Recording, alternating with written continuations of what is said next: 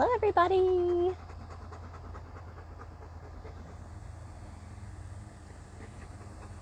Hello, hello. How's everyone doing on this wonderful Monday? I figured this would be nice because I don't ever go live in the afternoon. So this was a great reason to go live since the Crochet Business Summit is happening now. And I can kind of do a fun little recap with you guys of what my takeaways were from today. I am going live here in the garden, which I've never done. So hopefully the signal is okay. Hello, Erica. Yes, it was good to see you too. It's so fun getting to see everyone who is in the Crochet Business Summit Facebook group. So if you guys have not joined in to the Crochet Business Summit, you still can. It's free. You can get your ticket using the link in my bio. And you can check it out and watch the classes. I think the classes are available for like a full day, like maybe until 10 p.m. Mountain Time tonight or maybe tomorrow. I can't remember. And then you can get an all access pass if you want to. If you want to upgrade and have access to the videos forever, you can. But you don't have to. It's free to just watch them that day, so you can watch them tonight. I'm going to give you a little bit of a recap on the ones that I watched today. And Tracy, thank you. I finally got the pink hair back. Super happy with it. It makes me really happy. I really enjoy having pink hair. And I've got my dog here with me. Let's see if I'll get him close enough so you guys can see him. No, he wants to hang out right outside of the camera. But he's hanging out with me today as well. So let me know if you guys are joining in on the Business Summit. And I think what I was getting to with that is if you're joining in, you have free access to the Facebook group for the Business Summit where you can ask questions, you can interact with other people. It's fantastic. You can watch the Q&A session. So each presentation speaker has a Q&A session live after their presentation. So if you have additional questions, they're available to answer those questions. And hopefully you guys don't hear somebody's like running a chainsaw or something. So hopefully you guys don't hear it. That's why I have the headphones in. I do have my little kitty cat cozy on my water glass today. So just a water glass, but I don't get to use these that much during the spring and summer. Because during the fall and winter, because I always have my coffee, but now I'm going to be having water and sodas and things like that I'll be drinking outside. And I'm going to do more lives outside now that the weather has warmed up. And if you like this, you can get the pattern for it in my Etsy shop. They're super fun. And they're good sellers. If you do like spring and summer craft shows, they're good little sellers. Okay, so let's jump right in. I wanted to give people some time to join in if they wanted to. I have my notebook. Crochet Notes, Shenanigans, and Tomfoolery. This was a notebook that we included in our crochet mystery box that we did for St. Patrick's Day. So right now we do mystery boxes for Halloween, Christmas, and St. Patrick's Day, I think. Maybe St. Patrick's Day or Valentine's Day. But this was the notebook that we included, so I decided to use it for all of my live sessions and for the conference. Okay, so let me get to the first. Okay, so I actually messed up my time and I missed the very first session. So I had to watch that at the end. So my notes start with the, and if y'all have any questions about the Business Summit, any questions at all, pop them in the comments. I am paying attention to your comments. I'm available to answer questions. So the first video that I watched was all about blog hops. And this is interesting because I have been a part of one blog hop, and that was for Furls Crochet. So last year, I had applied to be an affiliate with Furls, and they have all of these other opportunities where you can interact with them. And Furls is crochet hooks. So if you guys haven't heard of Furls, it's Furls Crochet Hooks. But they have blog hop opportunities and things where if you sign up and you're accepted into the blog hop, they will, at least they used to, they would send the designer the yarn and the hook that they would need for their project and you would design a project. You would provide the design for free on your blog, and you would be featured on their blog hop page. So I never really thought about running a blog hop as a designer like myself. But it was actually pretty interesting. So this one really focused on the idea of doing a blog hop to help you get views on your website. So if you run a website, it helps you get views, which leads to ad revenue. So some of this gets a little crazy. If you're just starting out running a business, some of these presentations can feel a little overwhelming because maybe you don't even have a website yet and they're talking about ad revenue. And sorry, there's little gnats out here in the garden. And I know that's how I always felt. Like some people, so Lopsided Crafter said, I found the blog hop interesting yet confusing. So I think my takeaway from the blog hop was I want to do something that works for my business. But like, I'm not going to pay for Thrivecart, or any of those like affiliate sale things. I'm not interested in paying for an additional service right now. So my takeaway was, I think I'm going to look into doing some kind of pattern bundle with other designers that has a theme. Maybe look into the blog hop side of things and, the whole Ravelry code or, some kind of free download from that designer during a specific amount of time. But I would look into doing a bundle that would be downloaded on my Etsy shop. So for an example, I have been thinking about doing a roundup for overalls and rompers because that's become a big thing. Ever since I released my overalls pattern, there are a lot more crocheted overalls patterns out there these days, and I think that's really awesome, and they're all very different. So my idea was like, okay, well, what if I got all of those designers to do a bundle with me? The bundles would be sold on my Etsy shop. I would have a code that they would use that would have their name, and then at the end, I would figure out how I would pay out sales for their affiliate ones, because I have figured out how to do that on Etsy, but I'm not going to go in and purchase a whole new service to try to do that. But I like the idea of the blog hop. So let's see, I have all of my notes.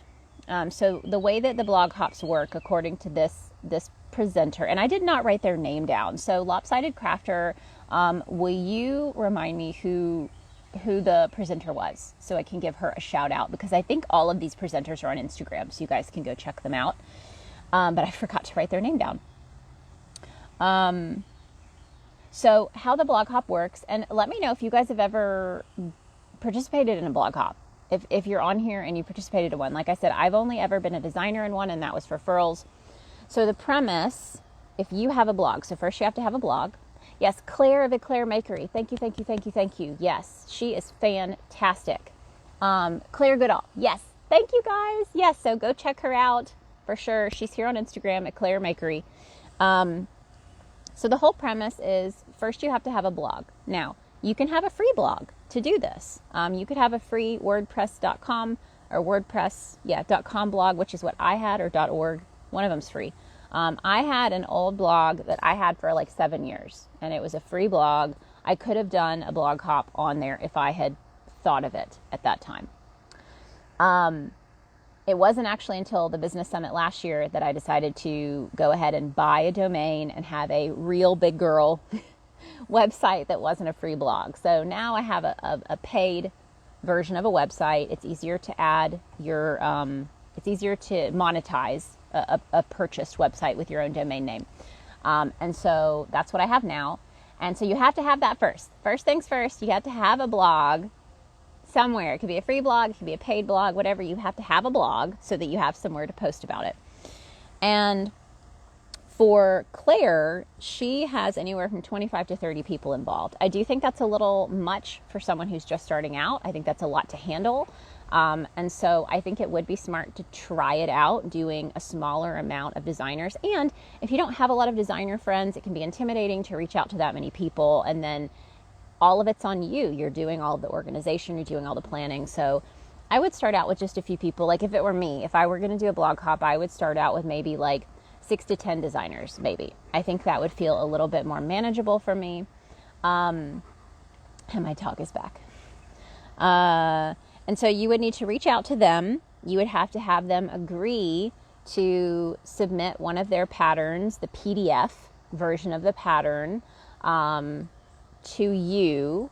I believe that's right. You would need the PDF. Yes, because you're going to be creating like a bundle option if you want to monetize it. So they would need to give you the PDF of their pattern. For me, I have thought about potentially paying the designer up front for the pattern, a certain amount. I think that would be kind of cool. And then also paying them for affiliate sales, which I would probably do through Etsy. But then, let's see. Then you would create a blog post, okay? One blog post that says that this is your blog hop.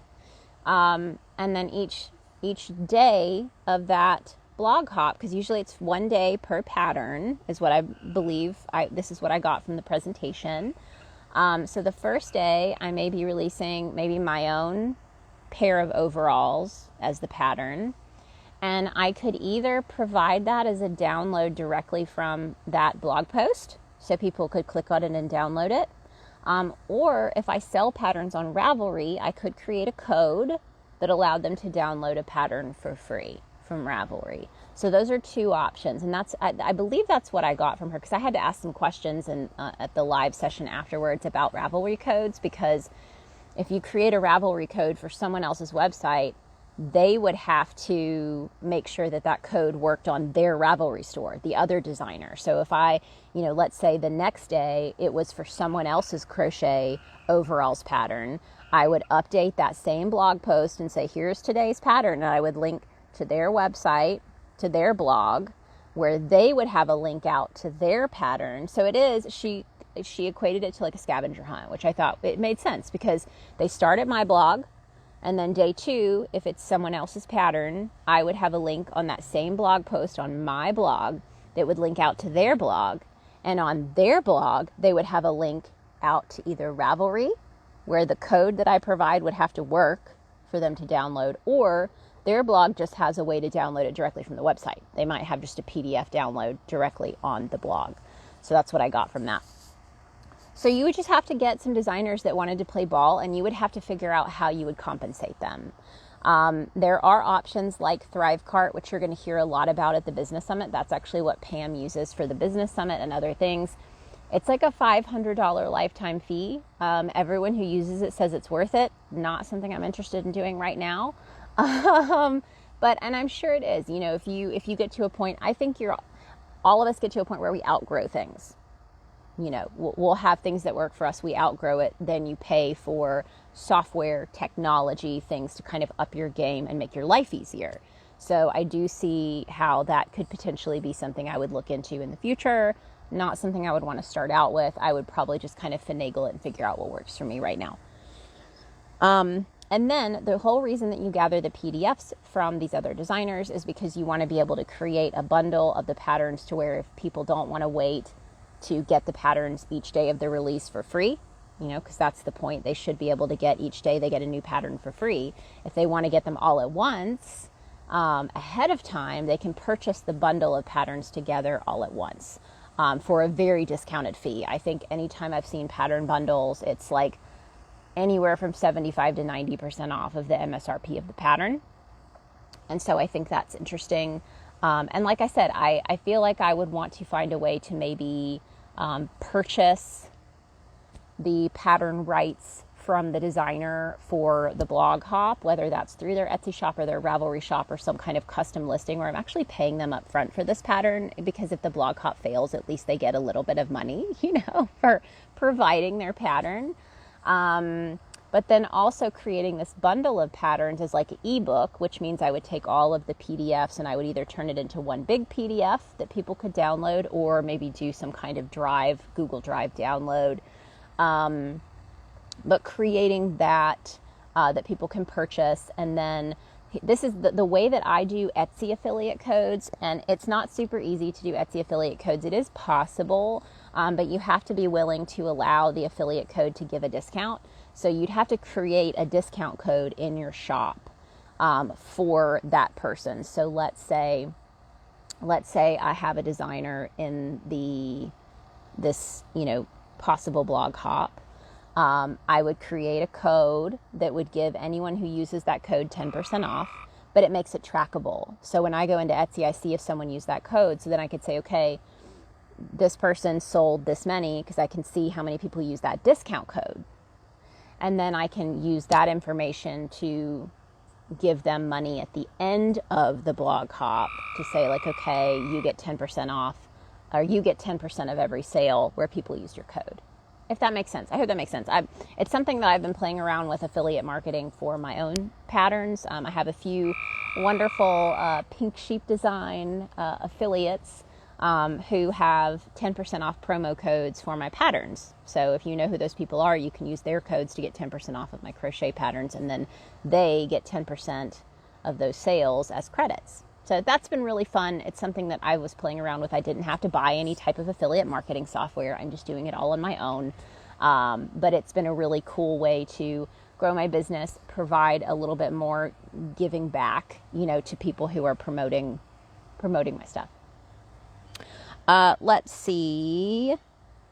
I think that was mostly everything. I definitely want to try some kind of blog hop. I mean, after listening to the presentation, I think it would be fun. I think I would do it my way. I don't usually follow all of the instructions when I'm doing things. But I think there are a lot of really cool ways that I could do that in a way that would work for me and that would work for the other designers. So if you are a designer that follows me, shout me out if you want to try to do some kind of blog hop together like that, because I think that would be fun. I think that'd be pretty cool. So let's see. I think that was everything from that one. Yes, because I wrote down all of my ideas of how I would do that for me if I were going to do that. Okay, so the next video, which I almost didn't watch, but then I remembered that I wanted to go live like this and kind of give you guys feedback. Hey, Ariana. So the next video is about self-care. So I am a huge proponent of self-care. I think it's extremely important. We have one body. We have one life. We need to take care of ourselves. We need to do the right things for our bodies, get enough sleep, drink enough water, all of these things that help make sure that we are taking care of ourselves. I mean, that's the general thing. So what was interesting, some of the takeaways that I thought would be good to share with you guys were, and that is a wasp. I got a bee down here at my feet too. So going live in the garden, this is what I get.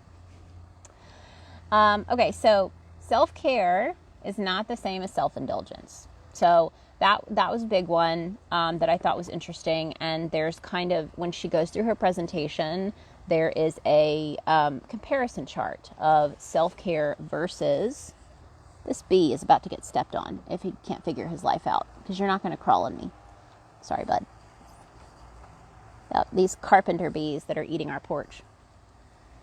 So self-indulgence are things like numbing in the moment, binging things, whether that's TV, food, whatever, for comfort, or just to kind of ignore what's happening and focus on something else.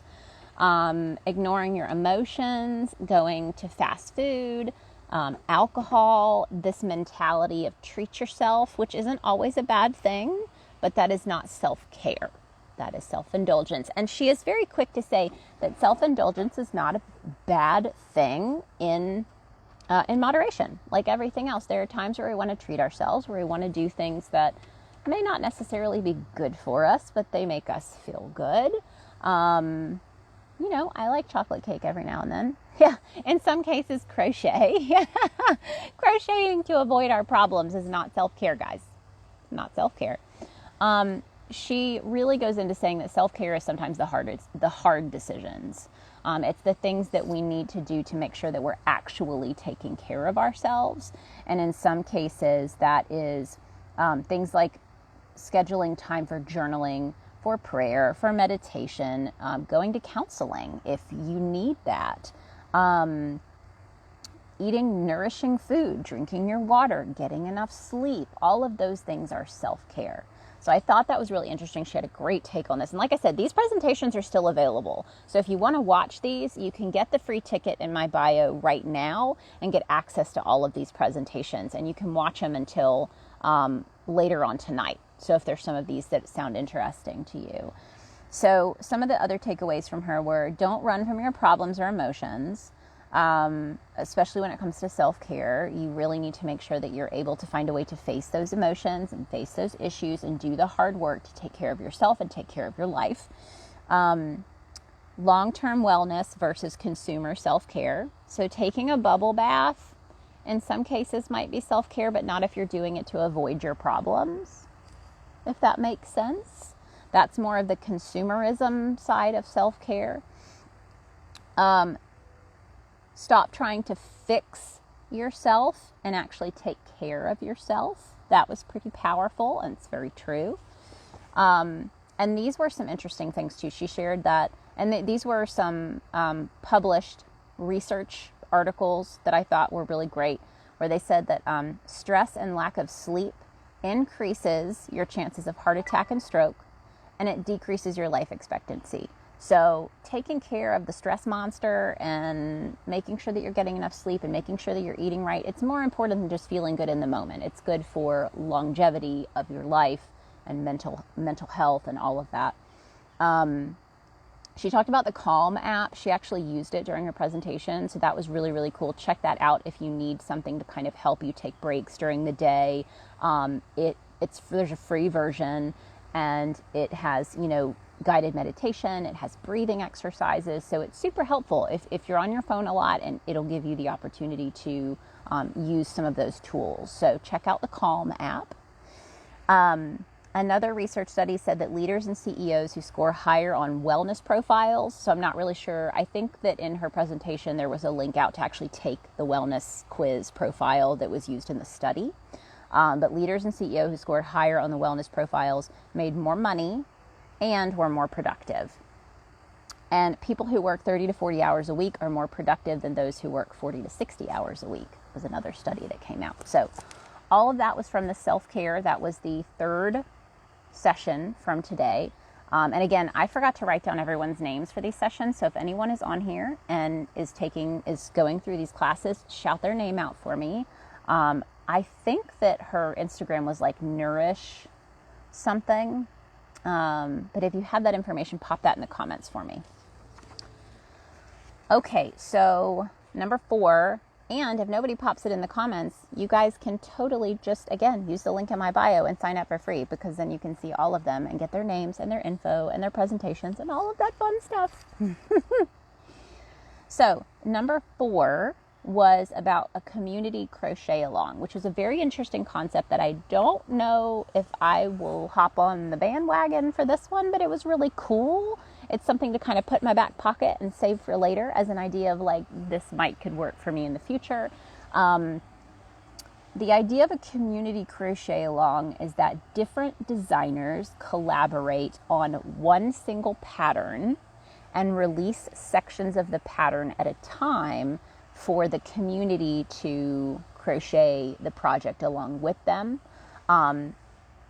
In some cases, it's like a mystery. So you may not know until the end what the final item is going to be, because you only find out as the instructions are sent out. Or you know what the final product is going to be, you just get the instructions as you go along. So the main project that the person who did this one, and this was Nikki's Homemade Crafts, I think. No, it wasn't. She did short videos. I can't remember who this was either. So let me know if you know. But I think her pattern was like a Nordic Christmas throw or a Nordic holiday throw. So if you guys did that crochet along, you'll know who I'm talking about. But she was talking about how she worked with designers, and they actually each had I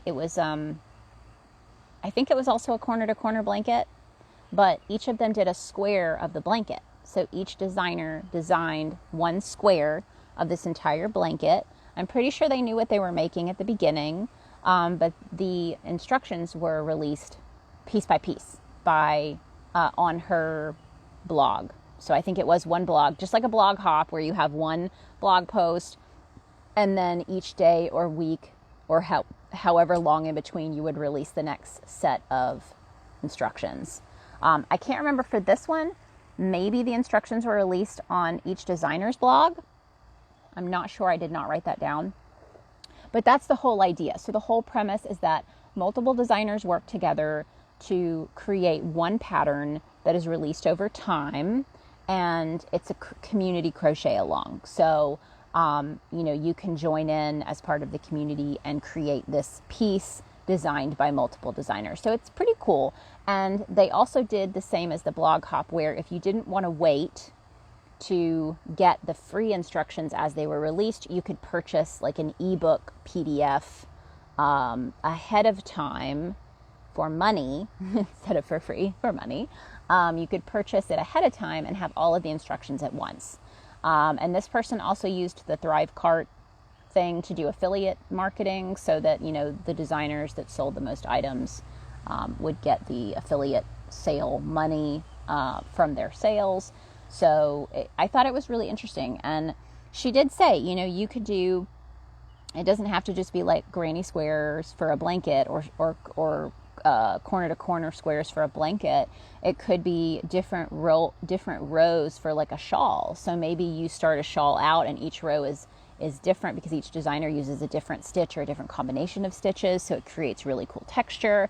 Same thing for a blanket. And she said someone was going to do like rows of a tree skirt for Christmas. So there's a lot of cool ideas where you just kind of collaborate with other designers. And I think for me, because my focus is so much on wearables, that trying to work with other designers to create pieces and parts to a wearable, unless it was like some kind of granny square style cardigan where each granny square was different. But then you also have to think about the sizing, which can be a little difficult for me. So this is a really cool idea. And she was talking about how, you do get the additional money from if you are selling those ebooks or patterns as a bundle for people who don't want to wait. And she said she made a ton of sales off of people who didn't want to particularly wait for each piece of the instructions to come out. They wanted to buy them up front. She said she sold like 500 ebook patterns for that Nordic blanket. And she also said that, obviously this goes back to if you have a blog and you're monetizing your blog, that this gets you more views. This gets views on your blog, which leads to ad revenue and on that side of things. So that's some of that passive income that we talk about a lot during the Crochet Business Summit.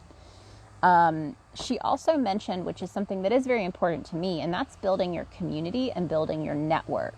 So really creating great relationships with other designers. So if you're a designer and you do a community crochet along and you work with these other designers, you're going to make friends. You're going to make business relationships, people that you can really connect with and talk to. Whoa, had to sneeze. And I think it's very true. Any way that you can collaborate with other designers or other crocheters, it's just going to grow your network and it's going to make you more confident in your business because you have people who are supporting you. You have people that you can brainstorm with. Maybe those turn out to be some of your business BFFs and you can have Zoom calls with them to brainstorm new ideas. And I think that's really important.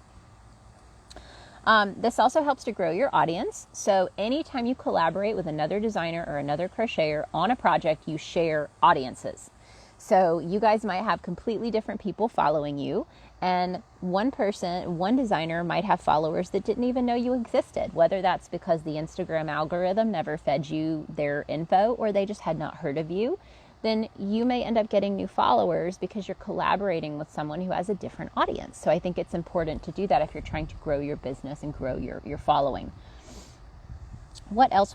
She said it helps create brand recognition, allowing other designers to know that you are open to collaborations. So with brand recognition, I think it's important to note that if you're doing a crochet along, it does need to fit with your brand aesthetic. So if you do a crochet along that's completely out of character for you, maybe you make lots and lots of really cool different like blankets. I've seen a lot of people who make really cool like mandala style blankets, and if that's your thing, you probably shouldn't do a crochet along for amigurumi because that's not what people expect from your brand. That's not going to create brand recognition. Brand recognition is created by continuing to create things that fit into your brand's structure. But I do like that she mentions that doing a collaborative crochet along is going to allow other designers to see that you're open to collaborate. Like, that's important. Some designers, people may be hesitant to reach out to you. And if you do something that's collaborative with someone else, they may say, oh, I can reach out to this person now because I know that they actually like to collaborate with other designers. So it does put you out there and tell people, hey, this person does like to collaborate. So I think that's important. Be sure to share your Facebook group during a blog hop or a crochet along. So I'm one of those people who I didn't want to have a Facebook group because I was concerned that it would just flop and that nobody was going to join it. I started my Facebook group as a tester Facebook group, like for people who tested my crochet patterns, and it was a total failure. And I was not active on there. And I remember someone telling me, you should just change it to the Pink Sheep group. Like, it can just be a catch-all for anyone who wants to come in and talk about your patterns and be a part of the community. And I think we're up to like 500 plus members now. People who just wanted to come in and share their finished makes and ask questions. And I do think that's important. Anytime you do anything that is community driven, whether it's a blog hop or a crochet along or anything like that, that you make sure that people know all of the different ways that they can connect with you and connect with your community. And one of those ways is, if you have a Facebook group, don't forget to share it. Don't forget to share it. If you release patterns, make sure there's a link to your Facebook group at the end of the pattern. Make sure there's a link to your social media at the end of the pattern. This is not from this presentation. This is me just giving my advice now. But okay, this is from the presentation. She said, be sure to have solid deadlines and know that you're going to give up some control. Anytime you do something that's collaborative with other people, you don't get to control everything because they are playing a part. So this is just like you go back to school, you had to do group projects that everybody hated because you were like, I just want to do it all myself. If you do something that's collaborative in the community, you can't just do it all yourself. You are going to have to allow them some freedom to do what they're going to do to play their role in the collaboration. So what I would say, what I took from that is have very, very good deadlines and instructions, really clear expectations of what you need from those designers so that you don't feel like they're just completely winging it. And then you're going to have to go back and ask them for other things or clarify things. You really want to start with a good, solid list of things that you would expect from someone if they were going to collaborate with you. The next thing was come up with an idea, brain dump and brainstorm it. So get all of those ideas out so that you can kind of start to organize them, make a plan, get excited, and don't overthink it, were some of her key takeaways for if you're interested in creating a community crochet along. Okay, so, and don't be afraid to reach out to designers. So, if you're wanting to do a community crochet along and you're like, how do I even start doing this? Just reach out. Just send them a message. I think that's big on any kind of collaborative anything, is not being afraid to just reach out to people and just send them a message. The worst thing that they can say is, I don't have time for that, I'm sorry, no, or they'll just ignore your message. That's the worst that can happen. And most of the time, they're probably going to say yes. So, Okay, let's see. There were three more videos. So the next one was about short videos. This was interesting. I won't go too in depth on it because it was really just about how short videos can be helpful for your business. We all know that Instagram is pushing Reels. YouTube has Shorts. TikTok is TikTok. Where else? I think Pinterest, you can do short videos.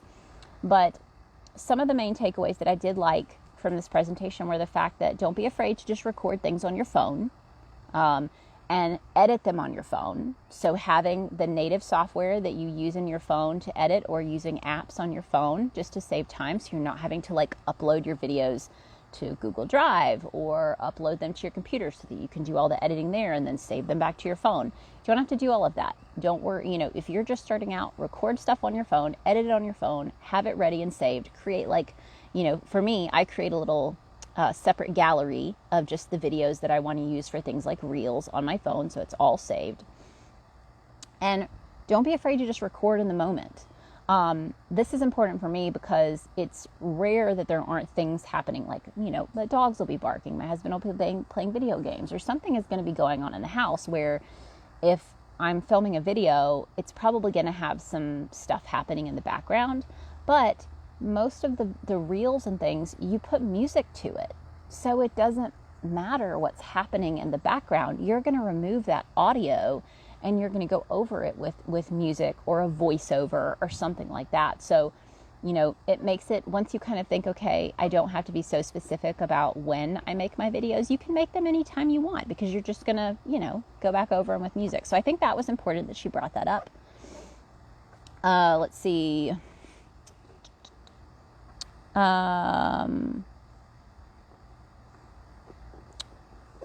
So sharing the videos in multiple platforms. So I think most of us end up doing this at some time or another. Either we will share the first video on TikTok, we'll download it from TikTok, and then we'll share it to Instagram, and then we'll share it to YouTube, and then we'll share it other places.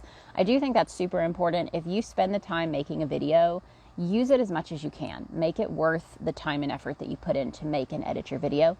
I do like to edit videos on my phone, and then upload them to the different platforms separately, because sometimes the music options will be different on different platforms. So I might want to use a different song on one platform versus another. I find it really difficult to add text on Instagram Reels without it screwing my video up. And so a lot of times I will not put text on my Reels. I'll put text on my TikTok videos. So it's really up to you, but editing it on your phone makes it easier because, like, if you're doing a transitional video or you're putting a couple of different videos together, it's easier to just do that on your native phone software. I think most native video editing software has the simple things like splitting your video in two, combining multiple video clips, putting a picture in there. You can do most of that on super basic video editing software. So if you edit it on your phone, then all you have to do in the apps is like add music or add stickers and things like that. You're not having to actually splice and change video stuff on your phone. On the apps. Okay. And then there were she had a few tips for, let's see, I heard Instagram is going to stop showing videos that have the TikTok watermark. I don't know. There's always stuff about the algorithm that is rumors, or some people will say to do this. Like, I know that this presenter talked about not saying that to use the link in your bio because the algorithm wants people to stay in the app. Maybe that's true, but I have plenty of views on my videos and I do want people to use the link in my bio, so I don't have a list of things that I don't say in my videos. That's not something that I've ever been concerned with. I have plenty of growth not having to worry about it. A lot of my Instagram Reels that have gone quote unquote viral and I say viral, I don't like to use that. I've had a lot of views on videos that still have the TikTok watermark. So I don't know. If that happens, then I'll stop sharing them. But for me, it hasn't made a lot of difference, I do have to say something that I've really enjoyed that I think Instagram might be pushing, just because I've had really good luck with it, is if you're scrolling through Reels and you see a reel that you really like where their transitions are really cool, if there is an option down at the bottom, on the bottom left, that says use template, that is a cool option, and it makes it super easy because the timing of the videos is already set up for you. So if you click use template, it goes to this, Reels creation page, and it has these sections of video that you fill in. And what I'll do is I'll pull that up, and then I can exit out without closing the Instagram app and film the video sections and come back in and go ahead and add them in. And it's worked for me. So that's something really cool to try. And because it's new, usually the new features are what Instagram is pushing. So if you notice something new and you take advantage of it, it does give you potentially more opportunity to get more reach on that video, because the couple of videos I've done using Instagram templates where it's had that option have done really well. So I think just paying attention to your own stats and your own analytics is important. If you don't have a business or a creator account on Instagram, definitely make that switch. Personal accounts on Instagram don't give you the feedback and the analytics and statistics, so you can't really tell, how well different things are doing. So I would definitely make that switch. So the rest of her advice was more about the actual videos. So one of them was to create curiosity, which I think is very important. You don't want to give, especially if you are creating a reel to maybe promote a pattern that people have to pay for.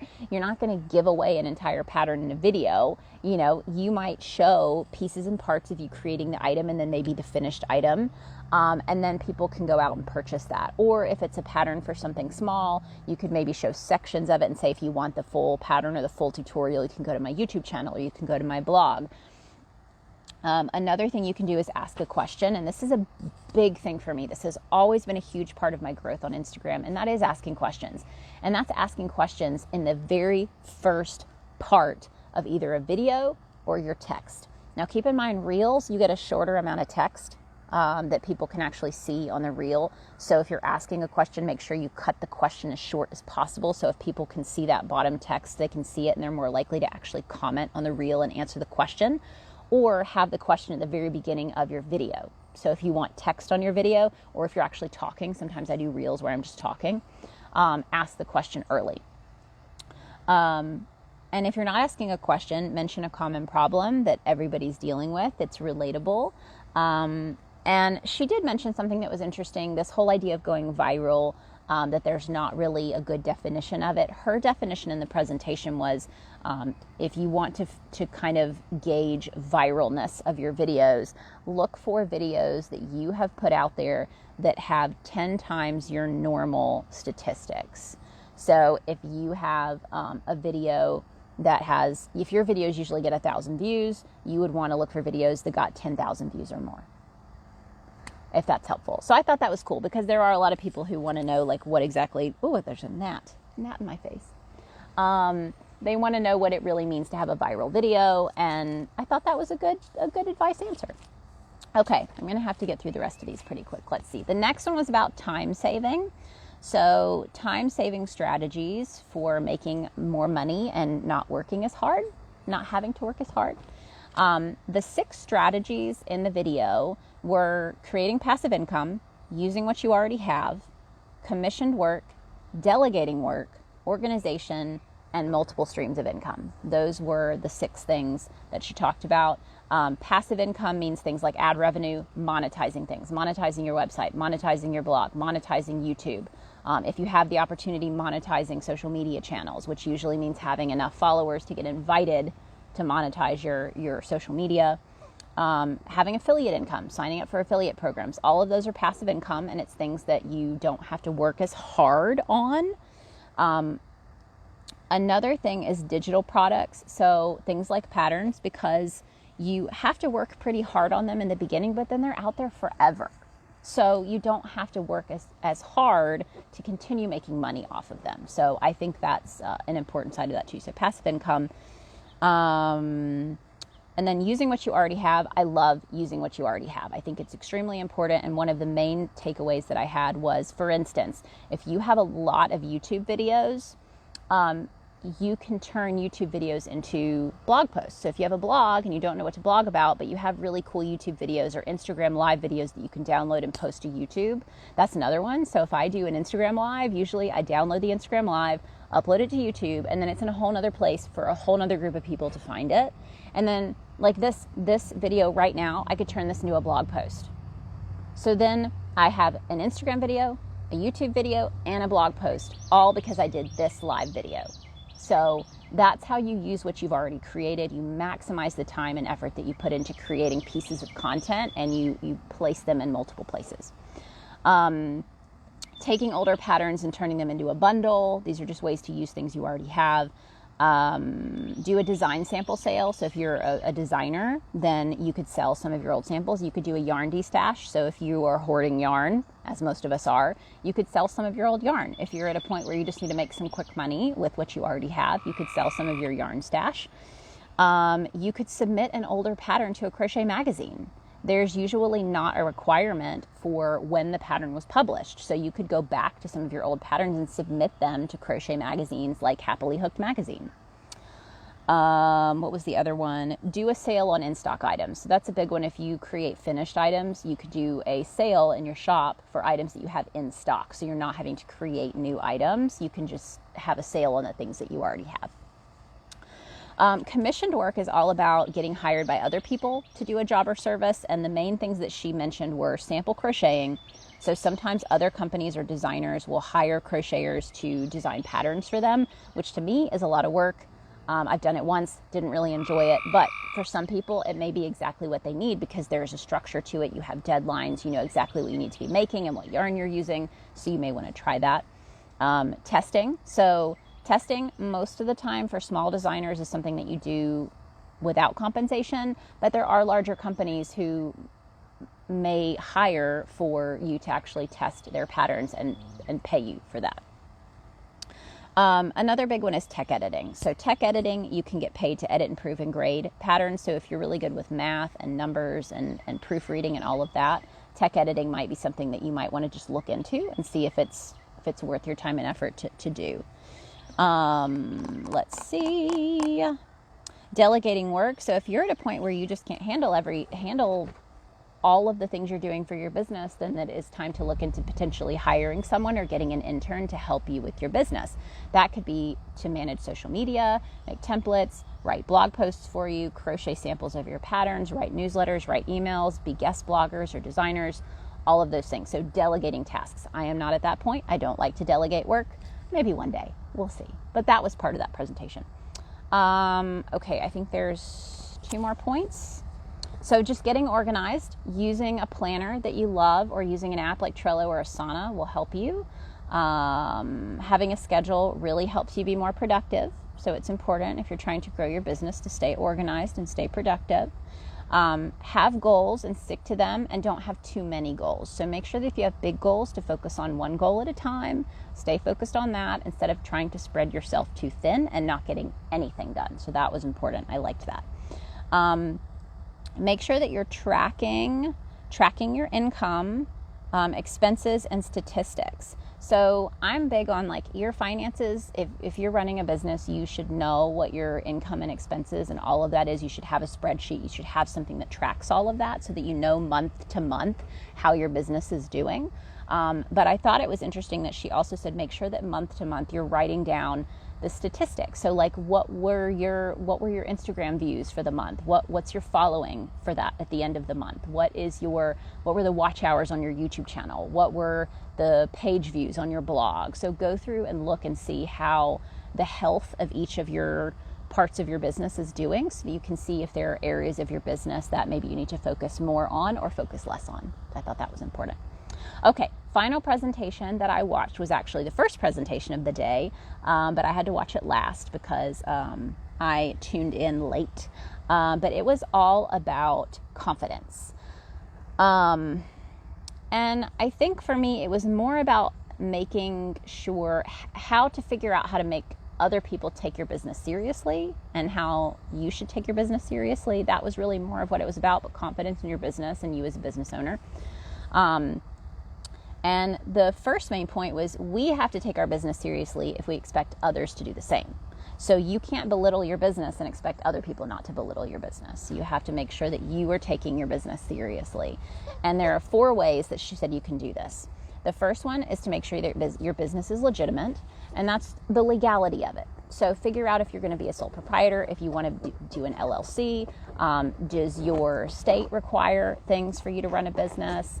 Are you doing taxes for your business? All of the legal things. That's the first thing, because that really allows you to feel like, hey, my business is legitimate. The second thing is to change the way you talk about your business. So make sure that you're referring to your business as your job. This is your job. You're going to work. You have an office. If you just say, yeah, I just crochet all day for my business, crochet all day, to make a living, it is more difficult for people to take you seriously, I think, because they see that as a hobby. So you want to refer to your business as a business and to what you do as working. Let's see. And don't be afraid to do that. Okay, number 3, don't be afraid to brag about your business. So sharing your accomplishments and sharing things. So like when I got a pattern published in a crochet magazine, I shared it. That's a big deal for my business. It's something that I always wanted, and I think that we have to be willing to share those things, and that's definitely a way for people first coming in, or that you're trying to explain your business to them, to see that as an accomplishment. That's an understandable accomplishment. Getting published in any field is a big deal. So share those accomplishments. And bragging about your business, and not bragging, like don't go crazy, but being willing to share your accomplishments helps you be more comfortable talking about your business and sharing that confidence in your business. And then the fourth thing was finding your people. So this was important for me because I've always wanted my business to be all about community. And that's how I do that. So for me, it's finding the people that want to follow me, that want to be a part of what I'm doing, that want to be a part of my communities, be a part of my Facebook group, that like talking to me and that I like talking to them. And I think that that gives you more people, that when you have an idea and you're not really sure about it, you have people that you can brainstorm with. You have a small group of people that you can say, hey, is this just a really crazy idea, or am I actually getting somewhere with this idea? I just think it's important to grow that community, no matter who you are or what level your business is at. Even if you just want this to be a hobby for you, if you crochet as a hobby, being a part of a community is very healthy for your mental health. It's just great in general. So I think that's a win-win. And let's see, don't look at other crocheters as competition. Look at them as a support system. I think this is something that it can be difficult for people to get over, but it's something that I strive to do every day. It is one of the reasons that I started my Pink Sheep and Friend chats, because there are some designers that maybe I felt a little intimidated to reach out to and chat with, or maybe they had completely different personalities from me or completely different audiences. And I wanted to break that barrier. I wanted to invite anyone who wanted to come on and chat with me. I wanted to break that barrier down and have a reason to reach out to them and contact them and start a communication with them and maybe collaborate with them in the future, because I think it can only be a win-win, because again, you're sharing audiences, you're getting to know other people.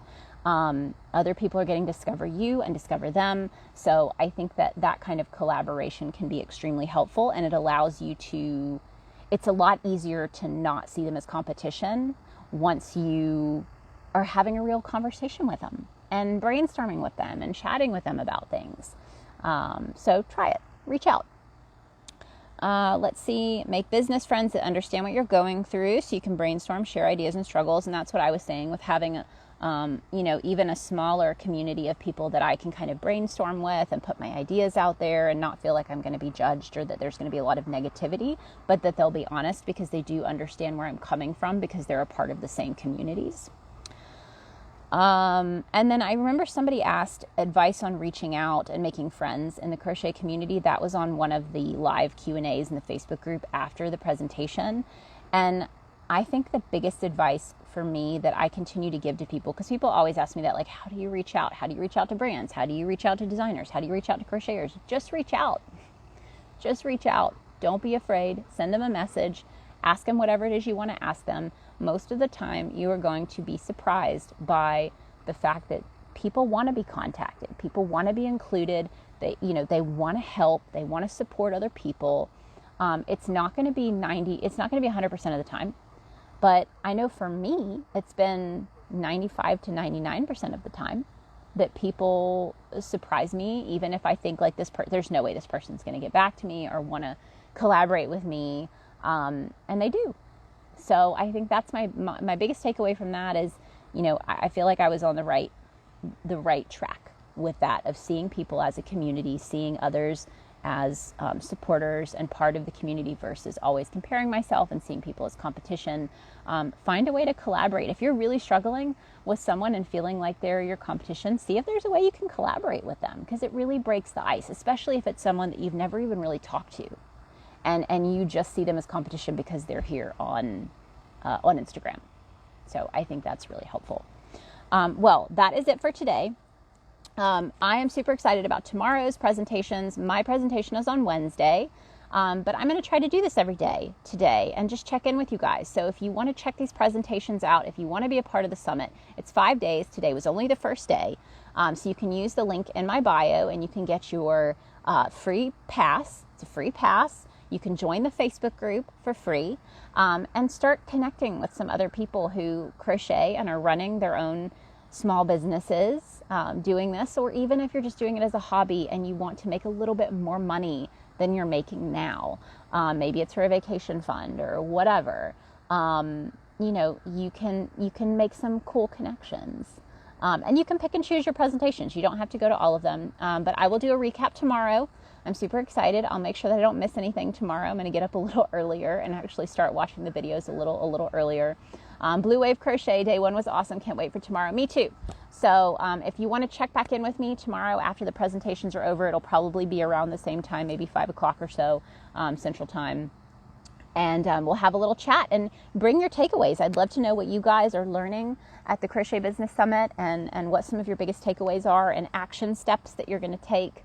I think this is a great event, and I'm excited for tomorrow. So until next time, bye guys. Happy hooking.